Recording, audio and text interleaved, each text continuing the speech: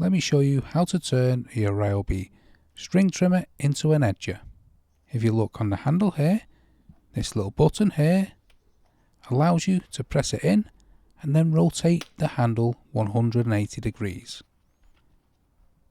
So press that little button in, rotate the handle, and as you can see the handle looks like it's upside down, but when you turn it around, the head is in a different direction, perfect for edging, and you've just turned your Ryobi string trimmer into an edger. To turn it back into an original string trimmer, press that button down, rotate the handle 180 degrees, and there you go, back to a string trimmer. However, I hope this shows you how to turn your Ryobi string trimmer into an edger. If it does, smash the like, smash the subscribe, and most of all, thanks ever so much for watching.